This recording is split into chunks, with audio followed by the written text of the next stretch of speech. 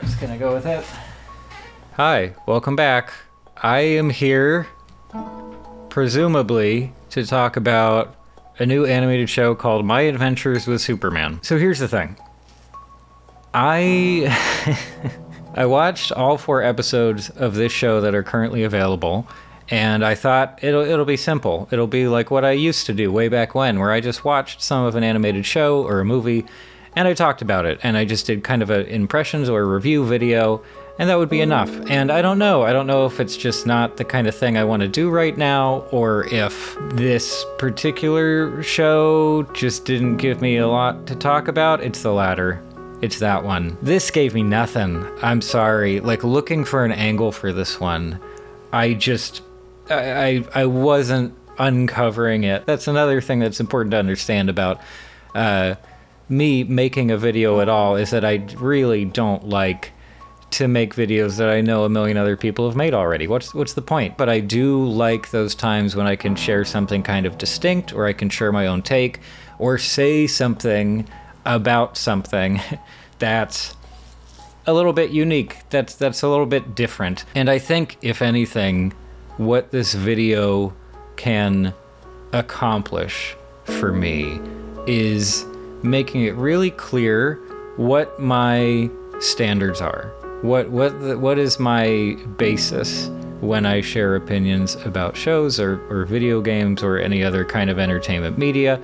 What do I care about? It's really about 2 things in particular, I think. The first is the sort of raw creativity and execution of the project, originality of storytelling, great visuals, a creative premise, how well all of those elements come together. And then the other thing that I tend to care about is the relationship between the media and the cultural ideals or messages that it is espousing, whether intentionally or unintentionally. In the case of My Adventures with Superman, boy oh boy, nothing in terms of category 1, nothing in terms of like originality of storytelling, dialogue, narrative, visuals, animation. I mean, really all I can say here is, okay, this is anime Superman, but not as fun as that would sound. That actually kind of sounds like a neat idea. Maybe that's how they pitched it and how they got the green light. I don't know. It really comes across as American anime. And when I think of American anime, I think of someone doing like a painstaking recreation of a Van Gogh painting. Okay? Like good job. Like that's, if this is a stepping stone to doing something original and something that you feel passionate about, great. But if this was your dream, just to recreate something and you did a worse job of it, yeah, that's how I feel with a lot of American anime, and it's definitely how I feel about My Adventures with Superman. Nothing about the visuals here, not the color palette, not the character designs, and definitely not the execution of the action that I've seen so far is interesting to me. Incredibly flat, incredibly limp. I thought that would be it. I thought if you're trying to, to have a look that is at least inspired by anime, action is the focus. Like action, it could be crazy. It could look like a Trigger show. It could be absolutely insane, or even just like any random shonen anime. Like, oh, go do that. Do that. Have crazy fights. And that's not what it is at all. Anyway, so in terms of just the execution and what the show is on the surface, I'm sorry, I got nothing for you. It's really not for me. I don't quite know who it is for, and that sort of brings us to the other side of things, the part where we try to understand what messages this show is trying to get across. Like, what is its function on a cultural level? And just by the nature of being associated with the character of Superman at all, boy, yeah, you have a lot of cultural baggage there, and historical baggage. Throughout his existence, Superman has kind of been an ideal. He is specifically like an American ideal, despite the fact that he is not natively from America. He was not born in the US, but regardless, he is sort of the epitome of, just he's the American hero. He's the white guy with blue eyes who's gonna save the day. Because that's what he's represented for so long, I've never gotten a lot out of Superman. I've never been a big fan, and I'm not trying to say that no one should. If you really like Superman and you enjoy something about his character or what he does in one of his many iterations, that's great. But to me, I don't know, like, what do I latch on to here?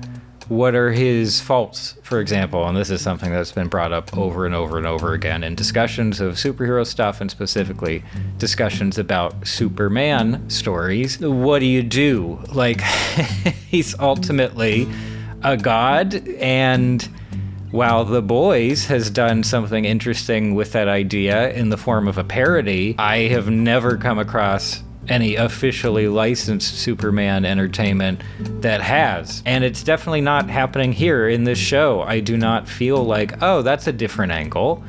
I don't feel like, now I get it, you know? Now I have a point of connection.